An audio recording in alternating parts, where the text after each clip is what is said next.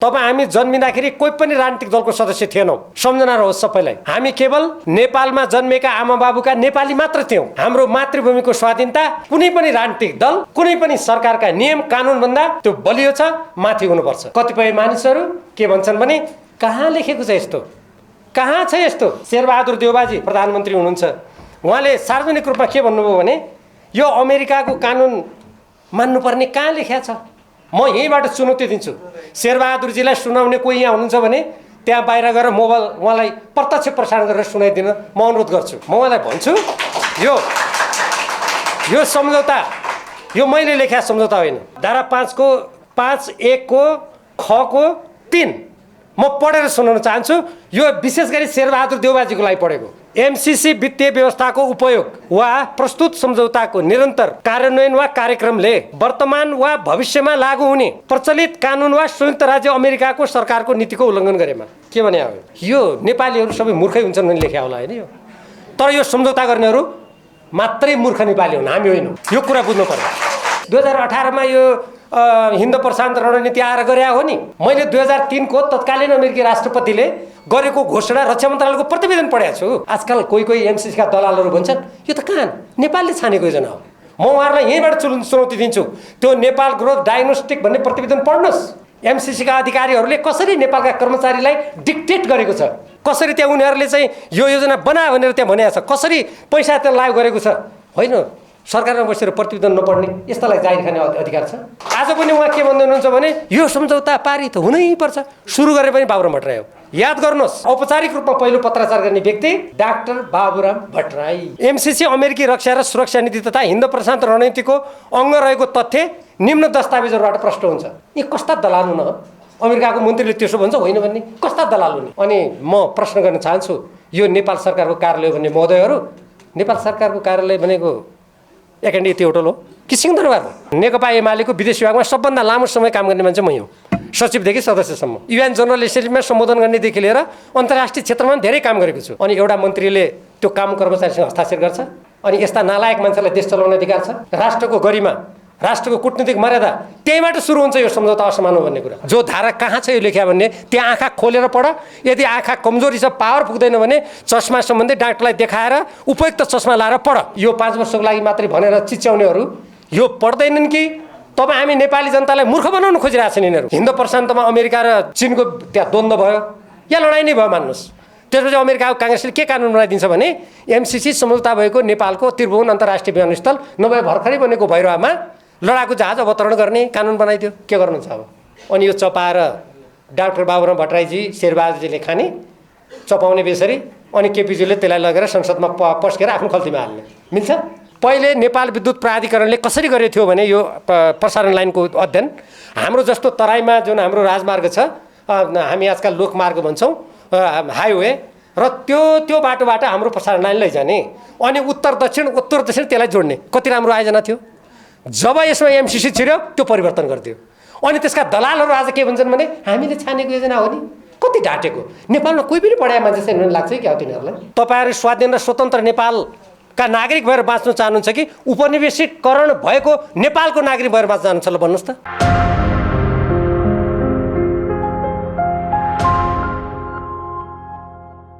स्वतन्त्र र स्वाधीन नेपालीहरू हौँ हामी। कम्युनिस्ट पार्टीको सदस्यको हैसियतले समाजवादी व्यवस्थालाई अवश्य पनि मन पराउँछौँ। समाजवादी विश्व हाम्रो मित्र हो, त्यसमा कुनै शङ्का छैन। तर आज एमसीसीको जुन हामी कुरा गरिरहेका छौँ, यो हामी आफ्नो देशको हितको दृष्टिकोणबाट, आफ्नो स्वाधीनता, आफ्नो स्वतन्त्रता, नेपाली जनताको आफ्नो स्वाभिमानको दृष्टिकोणबाट हामी यो छलफल गरिरहेका छौँ भन्ने मलाई लाग्छ। हुन त यसमा म राजनीति शास्त्रको विद्यार्थी पनि हुँ। अब यसमा यो लोकतन्त्रको कुरा पनि जोड्नु भएको छ, अमेरिकी डेमोक्रेसीको कुरा। त्यसमा कुरा गऱ्यो भने फेरि यो विषय अन्यत्रै जान्छ। म त्यता अहिले जान चाहन्न।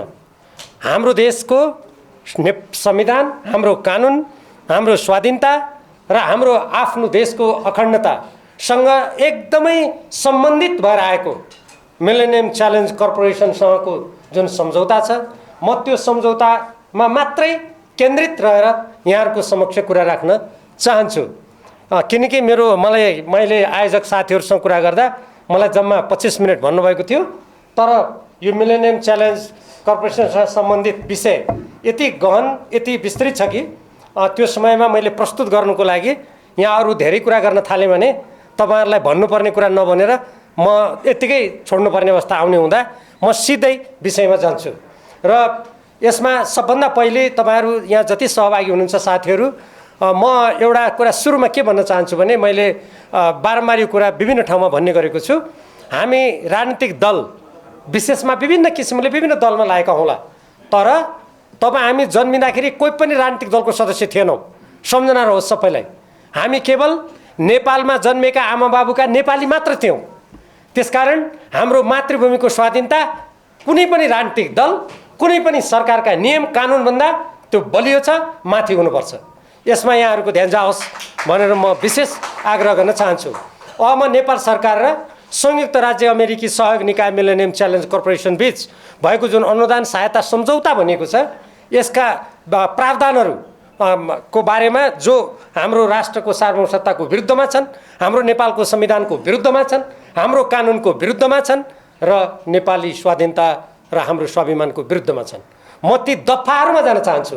कतिपय मानिसहरू के भन्छन् भने कहाँ लेखेको छ यस्तो, कहाँ छ यस्तो।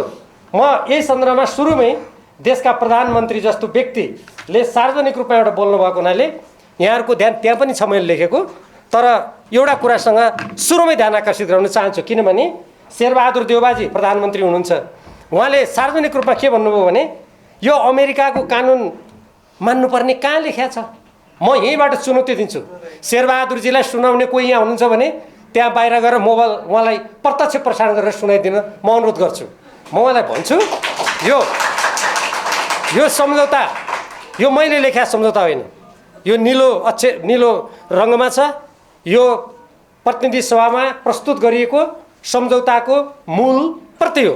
यो मूल प्रतिको पृष्ठ नम्बर 10 को धारा 5 को धारा 5 को 5(1) को ख को 3 म पढेर सुनाउन चाहन्छु। यो विशेष गरी शेरबहादुर देउबाजीको लागि पढेको, म पढेर सुनाउन चाहन्छु। एमसीसी वित्तीय व्यवस्थाको उपयोग वा प्रस्तुत सम्झौताको निरन्तर कार्यान्वयन वा कार्यक्रमले वर्तमान वा भविष्यमा लागू हुने प्रचलित कानुन वा संयुक्त राज्य अमेरिकाको सरकारको नीतिको उल्लङ्घन गरेमा। के भने अब आजको कानुन त हाम्रो पूर्व मुख्य सचिव यहाँ पढ्नु बस्नु भएको छ, म उहाँलाई त चुनौती दिन्न। उहाँले अमेरिकाका वर्तमान कानुन कति पढ्नु भएको छ म उहाँलाई भन्दिनँ।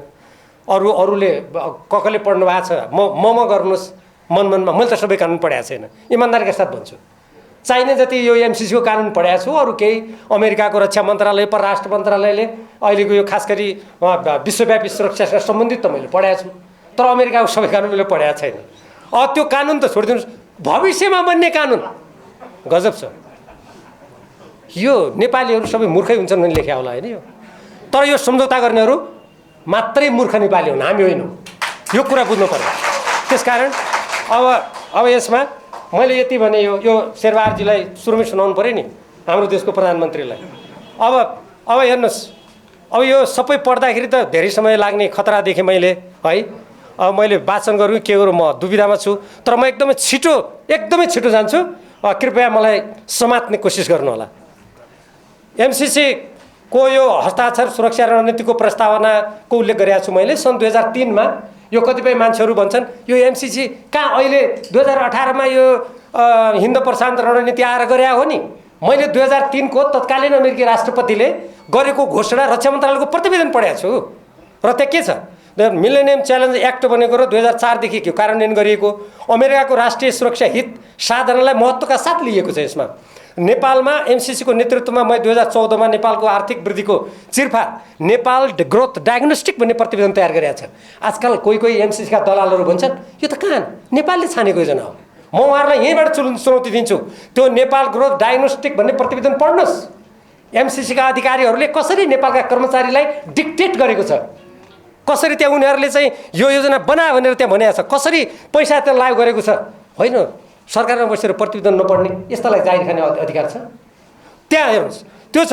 त्यसपछि ग्रोथ डायग्नोस्टिक अनुसार आयोजना तयार गरिएको जनवरी 2012 अर्थात् माघ 2028 में डाक्टर बाबुराम भट्टराई अवज्ञा माओवादी पूर्व माओवादीको कुरा आएको थियो। डाक्टर बाबुराम भट्टराईलाई कसरी त्यो देशमा क्रान्ति गर्ने पार्टीको नेता बनाउनु भएछ, मलाई यो देखेपछि अचम्म लाग्यो। उहाँ आज पनि के भन्दै हुनुहुन्छ भने यो सम्झौता पारित हुनैपर्छ, सुरु गरे पनि बाबुराम भट्टराई हो। याद गर्नुहोस्, तपाईँहरू सम्झनुहोस् राम्ररी है। अनि त्यसपछि पत्राचार, औपचारिक रूपमा पहिलो पत्राचार गर्ने व्यक्ति डाक्टर बाबुराम भट्टराई है। त्यसपछि अमेरिकी हिन्द प्रशान्त रणनीतिमा यो हिन्द प्रशान्त रणनीतिको अङ्ग कसरी हो भन्ने कुरामा त्यहाँ चाहिँ अमेरिका र यसका मित्रहरूले प्रतिद्वन्द्वीलाई रोक्न अमेरिकी सेना सबैको क्षमताको उपयोग गर्ने भनेर, अनि त्यो यो सरेन के भएर हेर्नुहोस् त्यहाँ लेखेको छ, एमसिसी अमेरिकी रक्षा र सुरक्षा नीति तथा हिन्द प्रशान्त रणनीतिको अङ्ग रहेको तथ्य निम्न दस्तावेजहरूबाट प्रष्ट हुन्छ। त्यो दस्तावेजको सबै व्याख्या गर्ने त यहाँ समय छैन। तपाईँहरूलाई खालि जानकारीको लागि नोभेम्बर 2019 मा प्रकाशित स्वतन्त्र खुला हिन्द प्रशान्त भन्ने दस्तावेजको पृष्ठ 1, डिसेम्बर 2017 को राष्ट्रिय सुरक्षा रणनीतिको पृष्ठ 39, जुन 2019 को हिन्द प्रशान्त रणनीतिको पृष्ठ 38, पृष्ठ 45 देखि विस्तृत रूपमा उल्लेख गरेको छ। त्यस्तै मई 14, 2019 मा अमेरिकी उपसहायक मन्त्री डेभिड जे राइन्जले प्रष्ट रूपमा भनेका छन् र त्यस्तै अर्को अमेरिकी सहायक राज्य मन्त्री एलिस वेल्सले यो एमसिसी भनेको हिन्द प्रशान्त रणनीतिको अङ्ग हो भनेका छन्। तर मलाई आश्चर्य लाग्छ, नेपालका कोही हामी खुबै विद्वान हो, कहाँ पढेका छ भन्ने मान्छेहरू के भन्छन् भने कहाँ यो त एमसिसी अङ्गै होइन। अमेरिकाको मन्त्रीले भन्ने यी कस्ता दलाल हुन, अमेरिकाको मन्त्रीले त्यसो भन्छ होइन भन्ने कस्ता दलाल हुने, चिनो यिनलाई। अर्को नेक्स्ट, अब त्यस्तै एमसिसीबाट प्राप्त हुने 50 करोड डलरको कुरा जुन गरेको छ नि, अब यो सबै रकमको जुन ब्रेकडाउन छ सबै विस्तृत, अब यो तपाईँहरूलाई यहाँ व्याख्या गर्ने मलाई समय छैन। तर म यति मात्रै संक्षेपमा भन्छु, यसको लगभग 36-37% मात्रै वास्तविक परियोजनामा खर्च होला। अहिले 5 तारे होटलमा एक एन्ड यतिमा यसको कार्यालय छ। अनि म प्रश्न गर्न चाहन्छु, यो नेपाल सरकारको कार्यालय भन्ने महोदयहरू, नेपाल सरकारको कार्यालय भनेको एक एन्ड यति होटल हो कि सिंहदरबार हो? र त्यहाँ यति धेरै नेपाली तपाईँ हाम्रो राजस्वको खर्च गरिएको छ कि मैले त्यसैले भनेको छु, नेपाली देशभक्त जनताले यो राष्ट्र जोगाउने हो भने सशक्त आन्दोलन गर्नुपर्छ, म त्यसैले भनिरहेको छु। अर्को नेक्स्ट, अब हेर्नुहोस् यसको नेपालको कानुन, हित, स्वाधीनता र सार्वभौमसत्ता, समानता विपरीतका प्रावधानहरू हेर्नुहोस्। अब यी प्रावधानहरू यति धेरै छन्, तपाईँहरूलाई सम्झाउनु पनि गाह्रो, मलाई 25 मिनटमा भन्न पनि गाह्रो। तर म एकदमै छिटो जान्छु। सेप्टेम्बर 14, 2017 मा नेपाली काङ्ग्रेसका अर्थमन्त्री ज्ञानेन्द्र बहादुर कार्की र एमसिसीका कामु प्रमुख कार्यकारी अधिकृत जोनाथन जी नासद्वारा वासिङटनमा हस्ताक्षर गरियो होइन। अब यो त्यहाँ हस्ताक्षर गरियो। ल तपाईँहरू भन्नुहोस्, यहाँ पूर्व मुख्य सचिव यहाँ हुनुहुन्छ, म पनि राज्यका विभिन्न निकायमा बसेकै मान्छे हुँ। म नेकपा एमालेको विदेश विभागमा सबभन्दा लामो समय काम गर्ने मान्छे मै हुँ, सचिवदेखि सदस्यसम्म। युएन जनरल एसेम्ब्लीमा सम्बोधन गर्नेदेखि लिएर अन्तर्राष्ट्रिय क्षेत्रमा धेरै काम गरेको छु। अनि एउटा मन्त्रीले त्यो काम कर्मचारीसँग हस्ताक्षर गर्छ, अनि यस्ता नालायक मान्छेलाई देश चलाउने अधिकार छ? राष्ट्रको गरिमा, राष्ट्रको कूटनीतिक मर्यादा त्यहीबाट सुरु हुन्छ। यो सम्झौता असमान हो भन्ने कुरा त्यहीबाट सुरु हुन्छ। त्यसपछि हेर्नुहोस्, असमान सम्झौता मैले भनिसकेँ, सार्वभौमिक समानताको सिद्धान्त अनुरूप छैन। यो कतिपय प्रावधानहरूले नेपालको आत्मनिर्णयको अधिकार र स्वाधीनतामा आँच पुर्याएको छ। यो कहाँ पुर्याएको छ? कतिपय मान्छे भन्छन् कहाँ पुर्याएको छ हेर भनेर। म तिनीहरूलाई यहीँबाट भन्न चाहन्छु, तिमीहरू प्रस्तावना पढ। धारा 3 दफा 3.2 च, धारा 5 को 5.1 र 5.2, धारा 6 ग 6.3 ख, धारा 7 ब्र्याकेटमा 7.1, सम्झौताको अनुसूची 1 ग 1 ग 2, कार्यान्वयन सम्झौताको धारा 1 देखि लिएर ती सबै त्यहाँ मैले जति लेखेँ ती सबै पढ विद्वानहरू। जो धारा कहाँ छ यो लेख्या भन्ने त्यहाँ आँखा खोलेर पढ। यदि आँखा कमजोरी छ, पावर पुग्दैन भने चस्मा सम्बन्धी डाक्टरलाई देखाएर उपयुक्त चस्मा लाएर पढ, म त्यो भन्छु। अर्को नेक्स्ट, अब हेर्नुहोस्, आयोजनाको अवधि 5 वर्ष छ नि। यो कहाँ यो असीमित भने 5 वर्षमा योजना बन्छ गइहाल्छ नि। अब हेर्नुहोस् कति ढाँटेको छ त्यसलाई। सम्झौताको धारा 5.5 मा दफाहरू 2.7, 2.8, 3.2 च, 3.7, 3.8, 5.2, 5.3, 5.4 र 6.4 मा के लेखेको छ? यो आयोजना 5 वर्षपछि पनि असीमित कार्यको लागि रहने। अनि यो 5 वर्षको लागि मात्रै भनेर चिच्याउनेहरू यो पढ्दैनन् कि तपाईँ हामी नेपाली जनतालाई मूर्ख बनाउन खोजिरहेका छन्। यिनीहरू पढेका छन् तर तपाईँहरूलाई मूर्ख बनाउन खोजिरहेका छन्। यिनीहरूको विरुद्धमा सशक्त आवाज उठाउनुहोस्, तब मात्र हुन्छ यो। अर्को हेर्नुहोस् त्यहाँ के भनेको छ, अब यो अर्को यो नेपालको कानुन सम्झौता नेपालको कानुनभन्दा माथि रहने र अमेरिकाको वर्तमान र भविष्यमा बन्ने कानुन मान्नुपर्ने मैले भनिसकेँ। अन्तर्राष्ट्रिय कानुन लागू हुने कहाँ लेखेको छ? धारा 5.5(1) को 351 ख कार्यान्वयन सम्झौताको धारा 4 दफा 5 अन्तर्राष्ट्रिय कानुन किन लागू हुने? अब कोही मान्छे भन्छन् होइन, अरू सम्झौतामा पनि त यो मध्यस्थता कानुन हुन्छ नि, विवाद भयो भने कहिले सिङ्गापुरको कानुन कहिले बेलायतको कानुन लागू हुन्छ नि। कति ढाँटेको! म अन्तर्राष्ट्रिय कानुनको पनि विद्यार्थी हुँ, यहाँ अरू पनि साथीहरू हुनुहुन्छ। मध्यस्थता सम्बन्धी कानुन भनेको के हो भने विवाद भएपछि या त सम्झौता गर्ने देशहरूले त्यो देशको कानुन मान्न तयार भयो भने त्यही देशको कानुनअनुसार विवादको निरूपण हुन्छ। यदि उनीहरूले त्यो मानेन भने एउटा कुनै अर्को निष्पक्ष अर्को कुनै देशको कानुन मानेर त्यहाँ चाहिँ विवाद पऱ्यो भने मुद्दा परेर त्यो देशको कानुनअनुसार त्यो सम्झौताको बारेमा टुङ्गो लाग्छ। तर यहाँ कुनै विवादको कुरा छ र? यहाँ एमसिसीसँग सम्झौतै भएको छैन, विवादको कुरा छ र? किन लाग्यो अन्तर्राष्ट्रिय कानुन? यो केही पनि होइन। यो के हो भने जसरी हाम्रो संसदबाट पारित गरेर हाम्रो संविधानभन्दा माथि बनाइदिएपछि त भोलि मान्नुहोस् अमेरिकाले हिन्द प्रशान्तमा अमेरिका र चिनको त्यहाँ द्वन्द्व भयो या लडाइँ नै भयो मान्नुहोस्, त्यसपछि अमेरिकाको काङ्ग्रेसले के कानुन बनाइदिन्छ भने एमसिसी सम्झौता भएको नेपालको त्रिभुवन अन्तर्राष्ट्रिय विमानस्थल नभए भर्खरै बनेको भैरवामा लडाकु जहाज अवतरण गर्ने कानुन बनाइदियो। के गर्नुहुन्छ अब? यसको जवाब दिनुपर्छ कि पर्दैन? शेरबहादुर देउवा र डाक्टर बाबुराम भट्टराई जस्ताले पर्छ। त्यसैले केपी ओलीले पनि दिनुपर्छ। मैले सुनिसकेँ। अर्को 5, अमेरिकाको सुरक्षा नीति र स्वार्थको प्रतिकूल नेपालले कुनै काम गरे भन्ने लागेमा आयोजना तुरन्त रद्द हुने। ल हेर्नुहोस् कति खतरनाक छ। यसको कुन दफामा छ? सुरक्षा नीति र स्वार्थ अपरिभाषित छ। यो कहाँ लेखेको छ? धारा 5 दफा 5.1 को 4 कम्प्याक्टको धारा 2 दफा 2.7 मा लेखेको छ। अब अमेरिकाको सुरक्षा हितमा आघात पर्ने भने के हुनसक्छ? जब शक्ति राष्ट्रहरू द्वन्द्वमा छन् भने भोलि सडक पनि उसको सुरक्षाको हित विपरीत हुनसक्छ। अघि भनिसकेँ, म दोहोऱ्याउन चाहन्न। हामी कुनै पनि शक्ति राष्ट्रहरूको द्वन्द्वमा नेपालको संविधान बमोजिम प्रवेश गर्न सक्दैनौँ, किनभने नेपालको संविधानले हामीलाई के भन्छ भने हामीलाई संयुक्त राष्ट्रसङ्घको बडापत्र, पञ्चशीलका सिद्धान्त र असंलग्नताको मान्यताका आधारमा परराष्ट्र नीति चलाऊ भन्ने हुन्छ। मलाई सम्झना छ, म संविधान मसौदा समितिको पनि सक्रिय सदस्य हुँ। त्यहाँ हामीले यति ठुलो सङ्घर्ष गऱ्यौँ र त्यहाँ के लेख्यौँ हामीले लेख्न सफल भयौँ भने सबै असमान सन्धि सम्झौताहरूको पुनरावलोकन हुनेछ र अब उपरान्त सबै सम्झौताहरू समानताको आधारमा नेपालको राष्ट्रिय हित अनुकूल हुनेछन्। अनि यो चपाएर डाक्टर बाबुराम भट्टराईजी शेरबहादुरजीले खाने चपाउने बेसरी अनि केपीजीले त्यसलाई लगेर संसदमा पस्केर आफ्नो खल्तीमा हाल्ने मिल्छ? अब अर्को, अब अमेरिकाको सुरक्षा नीति र स्वार्थको प्रतिकूल नेपालले कुनै काम गरेको यो मैले भनिसकेँ। आयोजना छनौटको अध्ययन एमसिसीकै नेतृत्वमा भएको मैले अघि भनिसकेँ, नेपाल ग्रोथ डायग्नोस्टिक्स। र त्यसपछि पहिलेको कार्ययोजना परिवर्तन गरी अब यसमा सुन्नुहोस्, पहिले नेपाल विद्युत प्राधिकरणले कसरी गरेको थियो भने यो प्रसारण लाइनको अध्ययन हाम्रो जस्तो तराईमा जुन हाम्रो राजमार्ग छ, हामी आजकल लोकमार्ग भन्छौँ, हाइवे, र त्यो बाटोबाट हाम्रो प्रसारण लाइन लैजाने अनि उत्तर दक्षिण त्यसलाई जोड्ने। कति राम्रो आयोजना थियो। जब यसमा एमसिसी छिर्यो त्यो परिवर्तन गरिदियो। अनि त्यसका दलालहरू आज के भन्छन् भने हामीले छानेको योजना हो नि। कति ढाँटेको! नेपालमा कोही पनि पढाए मान्छे छैन लाग्छ क्या तिनीहरूलाई? हेर्नुहोस्, त्यो होइन। त्यसपछि अब यो यो सहमति लिएर अब अर्को हेर्नुहोस्, यहाँ अर्को त मैले अनुसूचित 2 खण्ड बी भने यो पनि पढेर सुनाउनु लायक छ, किनभने यो नेपालीहरूले बुझ्नुपर्ने छ। हेर्नुहोस्, यो अनुसूची 5 लागू हुनका लागि अतिरिक्त पूर्व शर्तहरू। यो अतिरिक्त पूर्व शर्तको मैले बुँदा नम्बर 7 मा उल्लेख गरेको छु।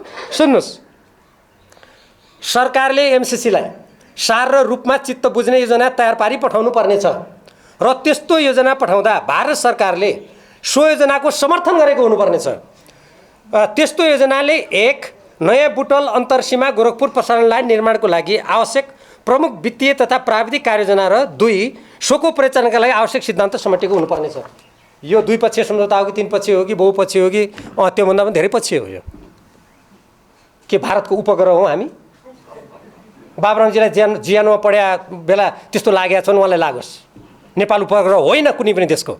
केपी ओलीजी र शेरबहादुरलाई लाग्या हो भने उपग्रहको प्रधानमन्त्री किन हुने? मुख्य ग्रहकै प्रधानमन्त्री हुनु गए भइगयो नि, यहाँ किन हुने? त्यसकारण नेपाल कुनै पनि देशको उपग्रह होइन। यदि द्विपक्षीय सम्झौता हो भने तेस्रो देशको सहमति लिनुपर्ने कुरा यो सरासर नेपालको सार्वभौमसत्ताको विरुद्धमा छ। अर्को हेर्नु, विद्युत प्रसारण लाइन र आयोजनामा उपयोग हुने भूमिमा एमसिसीको अनिश्चितकाल नियन्त्रण हुने। तपाईँहरू सबैलाई घोच्यो अलिअलि? सुन्नुहोस्, नेपाल सरकारको नियन्त्रण स्वामित्व नरहने यसका दलालहरू के भन्छन् भने कहाँ नियन्त्रण लेख्या छ, पढ्नुहोस्। कम्प्याक्टको धारा 1 को 1.2 बी आई 1.2 दफा 1.2 बीमा लेख्या छ, पढ्नुहोस् राम्ररी। अनि नेपालमा प्रसारण लाइन बनाउने र त्यसले चर्चेको जमिनमा असीमित रूपमा कुनै कम्पनीको कब्जा हुने भनेपछि नेपाल उपनिवेशकरणको बाटोमा गएन। म तपाईँलाई सोध्छु यहीँबाट प्रश्न, तपाईँहरू स्वाधीन र स्वतन्त्र नेपालका नागरिक भएर बाँच्न चाहनुहुन्छ कि उपनिवेशीकरण भएको नेपालको नागरिक भएर बाँच्न चाहनुहुन्छ? ल भन्नुहोस् त, कोही बोल्नै भएन। यदि स्वाधीन भएर स्वतन्त्र नेपालको नागरिक बन्न चाहनुहुन्छ भने यसको विरुद्ध लड्नु बाहेक नेपालीको अगाडि विकल्पै छैन। कि त संसदमा यो बन्द हुनु पर्यो, यो ल्याउनु भएन। नेपाल सरकारले असीमित अधिकार एमसिसी नेपाललाई दिने, असीमित अधिकार। कुनै पनि सार्वभौम राज्यले कुनै पनि एउटा कम्पनीलाई आफ्नो अधिकार दिँदैन, दिन मिल्दैन। उसले चाहिँ आफ्नो नीति नियम कानुन बमोजिम सीमित अधिकारको प्रयोग गर्न मात्रै दिन्छ राज्यले, आफ्नै देशको संस्थालाई पनि दिँदैन। तपाईँलाई थाहा होला, विद्युत प्राधिकरणले कुनै काम गर्नु पर्यो भने त्यसलाई कानुन कसले बनाएर दिन्छ? राज्यले बनाएर दिन्छ होइन, संसदले बनाउँछ। र त्यसले एउटा आफ्नो भित्री विनियम चाहिँ त्यसले बनाउन सक्छ, तर त्यसले नियमावली बनाउनु पर्यो भने क्याबिनेटमा पठाउनुपर्छ, हो कि होइन? अनि आफ्नै देशको संस्थालाई असीमित अधिकार नदिने, अब एमसिसीलाई नेपाल सरकारले असीमित अधिकार दिन्छ, अनि नेपालको स्वाधीनता जोगिन्छ? सोच्नुहोस्। सरकारले कुनै नीति निर्देशन दिने र अनुगमन समेत गर्न नपाउने, नेपालको कानुनमा त्यस्तो गर्न पाउने व्यवस्था छैन। एमसिसी अमेरिकाको नियन्त्रण र निर्देशनमा चल्ने, एमसिसीले नेपाल सरकारलाई समेत सुझाव सल्लाह दिएर त्यसलाई नेपालले मान्नै पर्ने। हाम्रा सुझाव मान्नु नपर्ने। म त प्रतिनिधि सभाको सदस्य पनि हुँ होइन, जितेरै आएको नि। मेरो सुझाव मान्नु, राजीनामा मेरो दिएको छैन, तपाईँलाई गलत। तपाईँ यति पुरानो सूचना दिएर यहाँ बस्ने मान्छेले एमसिसीको विरुद्ध के लड्नु होला? त्यसकारण त्यो हेर्नु है, त्यो यो नेपालको कानुनमा त्यस्तो गर्न पाउने व्यवस्था छैन। र यो एमसिसी अमेरिकाको नियन्त्रण र निर्देशनमा चल्ने, सुझाव मान्नै पर्ने उसले दिएको। र यो कहाँ लेखिया छ भन्ने कुरा त्यहाँ बुँदा लेखिसकेँ, त्यहाँ लेखिया छ, म नपढौँ होला, समय धेरै लाग्छ। तपाईँ हेर्नुहोस्, त्यहाँ बुँदा मैले धेरै लेखेको छु, त्यहाँ धारा धारा मैले अकाट्य रूपमा लेखेको छु। मैले शेरबहादुर देउवाजी, केपी ओलीजी र जोजीहरू राज्य चलाउने छन्, पुष्पकमल दाहालजी, माधव नेपालजी, जोजीहरू हुनुहुन्छ। यदि उहाँहरू बहस गर्न चाहनुहुन्छ भने टुनी खेलमा जाउँ, योभन्दा धेरै क्यामेरा राखौँ, म यो सम्झौताका धारा राख्छु, उहाँहरू त्यसको जवाब दिनुहोस्, म बहस गर्छु। अब हेर्नुहोस्, आयोजनाको सञ्चालन, नियन्त्रण, व्यवस्थापन तथा सुपर्भिजन सम्बन्धी अधिकार एमसिसीमा रहने र उसले नीति निर्देशन एमसिसीले एमसिए नेपाल मार्फत दिने। त्यो कति बुँदामा छ त्यहाँ लेखिसकेँ, म त्यो दोहोऱ्याउन। त्यहाँ त थुप्रो छ, जस्तो परिशिष्ट 1C2 कार्यान्वयन सम्झौताको धारा 1.2 A amended and initial engagement technical assistant grant agreement त्यहाँ छ, हेर्नुहोस्। अब त्यस्तै एमसिसी जुनसुकै बेला पनि सम्झौता गर्न रद्द गर्न सक्ने एमसिसीले, तर नेपालले गर्नु पर्यो भने धेरै दायित्व वहन गर्नुपर्ने, धेरै दायित्व वहन गर्नुपर्ने। नेपालले 30 दिनको सूचना दिएर सम्झौता गर्न सक्ने, तर धेरै दायित्व बोक्नुपर्ने। कार्यान्वयन सम्झौताको धारा 4 दफा 5.7 मा छ, यो दफा पनि के छ, असमान छ। र नेपालले 13 करोड डलर आयोजनाका लागि अनुदानको रूपमा दिनुपर्ने। चाखलाग्दो लाग्यो नि तपाईँहरूलाई? यसका दलालहरू भन्छन् अमेरिकाको त कहाँ र अनुदान हो नि, अनि अमेरिकी राजदूतले एउटा टेलिभिजनमा भन्नुहुन्छ कहाँ अनुदान हो र लगानी हो। अब अमेरिकी राजदूत भन्दा ती दलालहरू कस्ता अमेरिका है, अचम्म लाग्छ मलाई। अमेरिकी राजदूत त्यस्तो भन्ने, अनि त्यसको पक्षमा बोल्ने या चर्को स्वरमा बोल्ने भने कहाँ हो र अनुदान हो, अमेरिकी राजदूत हुन्छ कहाँ हो र लगानी हो। अब अमेरिकी राजदूत हुन् कि अमेरिकाका ती भन्नेहरू हुन्, प्रश्न। अनि त्यसपछि 13 करोड अनुदानको रूपमा दिनुपर्ने, अनि नेपालले अनुदानको रूपमा एमसिसीलाई किन दिनुपर्ने 13 करोड किन? अनि बौद्धिक सम्पत्तिमा एमसिसीको असीमित र एकलौटी अधिकार हुने, असीमित र एकलौटी। त्यसमा अरू थुप्रै विश्लेषणहरू जोडिएको छ होइन। सम्झौताको यो कहाँ छ भन्ने कुरा, सम्झौताको धारा 3 दफा 3.2.3 कार्यान्वयन सम्झौताको धारा 2 दफा 2.12 ए अनुसूचित 4 ए, हेर्नुहोस् यस्तो छ। अब त्यसपछि आयोजनामा रद्द भएमा नेपालले रकम फिर्ता पाउने प्रावधान छैन। फेरि 13 करोड डलर नेपालले अनुदान दिनुपर्ने। कथम कता चाहिँ काम गर्दा गर्दै अरू देशमा तपाईँहरूले यो कतिको तपाईँहरू हेर्नुहुन्छ, आन्दोलनमा लागेका साथीहरूले पक्कै पनि हेर्नु होला उनीहरू विश्वास हो। हेर्नु भएको छैन भने पनि कहिलेकाहीँ सेयर गर्नु। हेर्नुहोस्, मैले भर्खर यो डाउनलोड गरेर ल्याएको, यसमा 6 पृष्ठ छन्। यो 6 पृष्ठमा अहिले कुन कुन देशमा एमसिसीको स्थिति कस्तो छ भन्ने कुरा यहाँ लेखेको छ। तपाईँहरू इन्टरनेटमा गएर एमसिसीको अहिलेको वर्तमान स्थिति के छ, कहाँ कुन कुन देशमा भन्यो भने तपाईँहरू यो डाउनलोड गरेर प्रिन्ट गर्न सक्नुहुन्छ। म यो त्यहाँ सम्बन्धी मैले यो किन तपाईँहरूलाई पढेर 2-4 कुरा सुनाउन चाहेको, म ऱ्यान्डमली सुनाउँछु बिचबिचको छानेर, सबै देशको नाउँ भन्दैन। कस्ता देश छन् यसमा सुन्नुहोस्, Albania, Burkina Faso, L Salvador, म बिचबिचको पढेर सुनाउँछु है, सबै पढेर सुनाउनु। होन्डुरस, मेडागास्कर, मालवी, मलावी, नेपाल भइगयो, फिलिपिन्समा अमेरिकी सैनिक अखाडा छ। त्यसपछि साओ टोमे एन्ड प्रिन्सिपे, श्रीलङ्का हो, श्रीलङ्काले त्यसलाई डिस्कन्टिन्यू गरिदिइसक्यो, अस्वीकार गरिसक्यो, रद्द भइसक्यो। त्यसपछि टोगो, उक्रेन भानुवाटु, नेपाल पनि भानुवाटु भएछ अब होइन, त्यो तहमा गयो। सबै द्वन्द्व वा ठुला देशहरूको नियन्त्रणमा कुनै न कुनै प्रभावमा भएका देशहरूमा मात्रै छ यो। मैले एमसिसीको आधिकारिक वेबसाइटबाट भर्खरै तपाईँहरूको यहाँ आउने भएर आज बिहान मैले कम्प्युटरबाट निकालेको यो त्यस सम्बन्धी अलिकति थाहा कस्तो देशलाई लागेका छन् भन्ने कुरा। हाम्रा नेताहरू जो यसलाई पारित गराउन लागेका छन् उनीहरू नेपाललाई कहाँ खसाल्न खोज्दैछन्। पृथ्वीनारायण शाहले एकीकरण गरेरदेखि नेपाल कहिले पनि कुनै पनि देशको अधीनमा गएको छैन। यद्यपि हामीले विभिन्न किल्लाहरूमा अङ्ग्रेजसँग हार्यौँ, केही भूमि गुमायौँ, तर आफ्नो स्वाधीनता गुमाएका छैनौँ। याद गरौँ, कयौँ देशहरू जसले स्वाधीनता गुमाएका छन्, जो उपनिवेश भएका छन्, जसको प्राकृतिक साधन स्रोत ठुला साम्राज्यवादी देशहरूले एकलौटी लुटेका छन्, ती देशहरूमध्ये यो सूचीमा भएका देशहरू धेरै छन् होइन, यो छ। अब त्यसपछि आयोजनाको अनि अर्को के छ, एमसिए खातामा यो ब्याज आउँछ नि यसबाट रकम, त्यो ब्याज कहाँ जम्मा हुन्छ, एमसीको खातामा, अनुदानमा त्यस्तो हुन्छ। आयोजनाको प्रत्येक चिन्ह एमसिसीको हुने।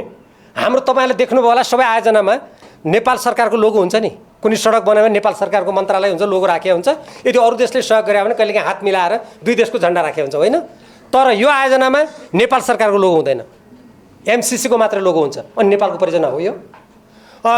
प्रतीक चिन्ह, यसले आयोजना नेपालको नभए एमसिसीको भएको भन्ने अर्थ लाग्छ। यो कार्यान्वयन सम्झौताको धारा ऊ यतिमा छ। आयोजनामा नेपाल सरकारका कुनै निकायलाई संलग्न गराउनु परे एमसिसीको स्वीकृति लिनुपर्ने। कस्तो देश हो यो?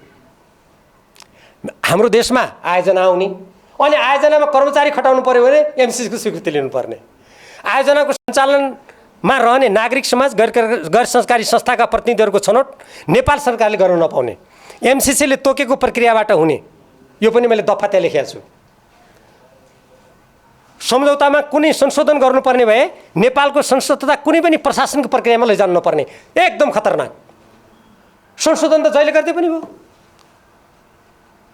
सम्झौता अनुमोदन गर्न संसदमा लाने, पछि त्यसको संशोधन गर्नु पर्यो भने कहीँ लानु नपर्ने। एमसिए नेपालले एमसिसीको स्वीकृतिमा बैठक नै नगरी सो कार्यान्वयन गर्न सक्ने, एमसिए नेपालको बैठकै नगरेर गर्न सक्ने। एमसिसीले चाहेको जुनसुकै कुरा सम्झौतामा सहजै रहन सक्ने र त्यसबारे नेपाल सरकार र जनताले जानकारी पाउन नसक्ने। सम्झौताका कति धारामा छ मैले त्यहाँ लेखेको छु। सम्झौता अनुमोदनका लागि प्रतिनिधि सभामा विचाराधीन रहेको अवस्थामा सम्झौताको एउटा प्रावधानमा रहेको ऊर्जा मन्त्रालयको नाम समेत हटाउने गरी संशोधन गर्न अर्थ मन्त्रालय र एमसिसीको बीच पत्राचार भई अर्थमन्त्रीले प्रतिनिधि सभाको विशेषाधिकारको हनन गरेको समेत घटना घटिसक्यो।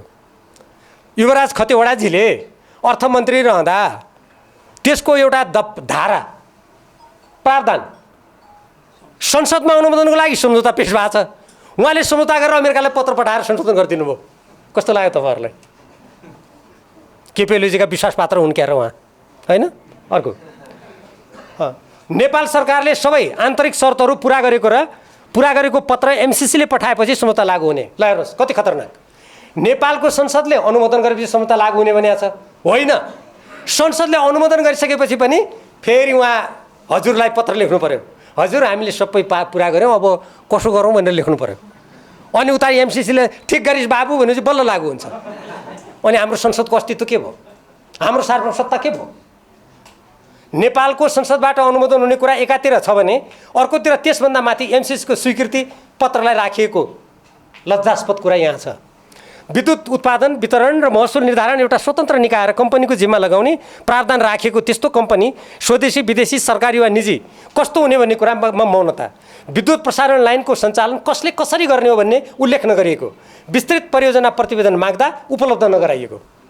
पत्र पठाइयो, माग्यो, दिइएन। नेक्स्ट, आयोजना साझेदारको बारेमा स्पष्ट नखुलाइएको। त्यहाँ आयोजना साझेदार ल्याइनेछ भनेको छ। अब को देश कसरी के लिएर आउने हो थाहा छैन।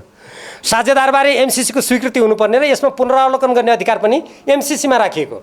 नेपाल सरकारको निर्णयाधिकारलाई सीमित पारिएको र सरकारले कुनै निर्देशन दिन नसक्ने, नीति निर्णय गर्न नसक्ने, एमसिए नेपाल एमसिसी प्रति उत्तरदायी हुने यस्तो व्यवस्था कहाँ कहाँ छ? यदि कुनै महानुभावले तपाईँ भीमरावले यत्तिकै बोलिस् भन्नुहुन्छ भने त्यहाँ लेखेको छ नि, मैले धारा त्यो पढ्नु उहाँलाई सुझाव दिदिनु होला है। तपाईँहरू कसैले त्यो बोल्यो भने फोन गरेर भनिदिनु होला, उहाँले धारा यो लेख्नु भएको थियो त्यहाँ भनेर। त्यहाँ हेर्नुहोस् धारा कति छन्। एमसिसीको कारण कुनै क्षतिपूर्ति दिनुपर्ने अवस्था आएमा नेपाल सरकारले तिर्नुपर्ने। क्या गजब!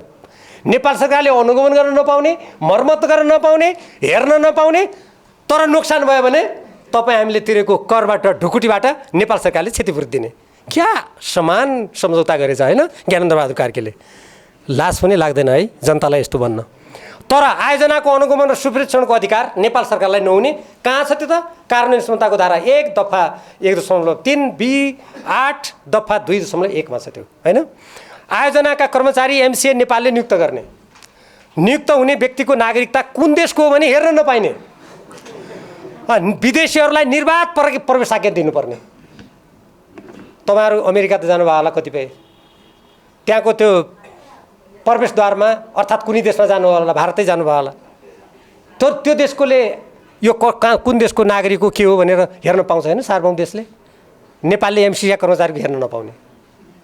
हामीलाई त सम्झौतामा हस्ताक्षर गर्दै उपनिवेशका जनता बनाउन खोजिसक्यो। बुझ्नुहोस् कुरा। अर्को, ठेकापट्टा कार्यान्वयन निर्देशिका हेरफेर आदेश नियमावली आदिका बारेमा एमसिसीको पूर्व लिखित स्वीकृति हुनुपर्ने।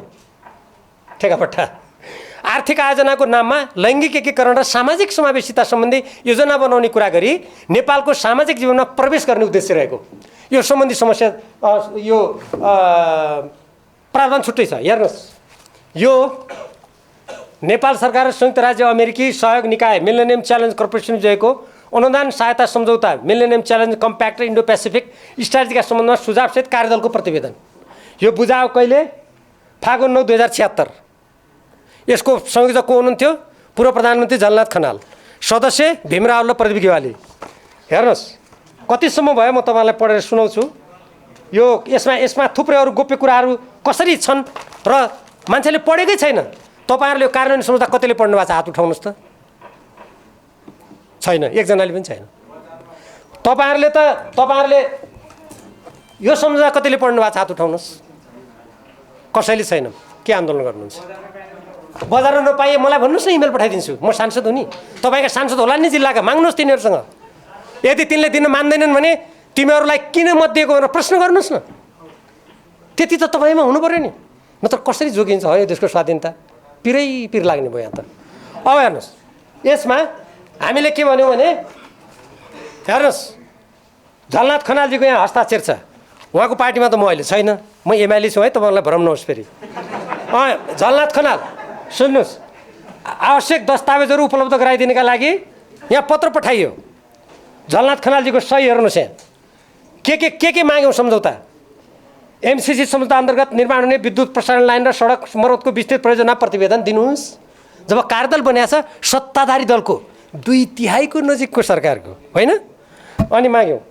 त्यसपछि environmental and social management plan, social and gender integration plan, procurement agent agreement, project cooperation agreement, Nepal र अमेरिकाले जोएको स्टेट पार्टनरसिप कार्यक्रम सम्झौता। झलनाथ खनालजी त मभन्दा धेरै ठुलो नेता होइन, प्रधानमन्त्री भइसक्या। उहाँले हस्ताक्षर गरेर हामीले माग्दाखेरि म जसको सदस्य थिएँ, नेपाल कम्युनिस्ट पार्टी नेकपाको थाई कमिटीको सदस्य, पूर्व प्रधानमन्त्री झलनाथ खनाल सचिवालयको सदस्यलाई ती दस्तावेज दिएन। आजसम्म हाम्रो हातमा छैनन्। थाहा पाउनुहोस्, यदि त्यहाँ कुनै गडबडी छैन भने किन नदिएको? यो प्रश्न मलाई लाग्छ सञ्चार माध्यमबाट सोझै गइरहेको होला जनतामा। आर्थिक आयोजनाको नाममा लैङ्गिक एकीकरण मैले जुन भने त्यो मैले यहाँ जोडेँ त्यसलाई। एमसिए नेपालको बोर्ड नेपाल सरकारबाट स्वतन्त्र हुने।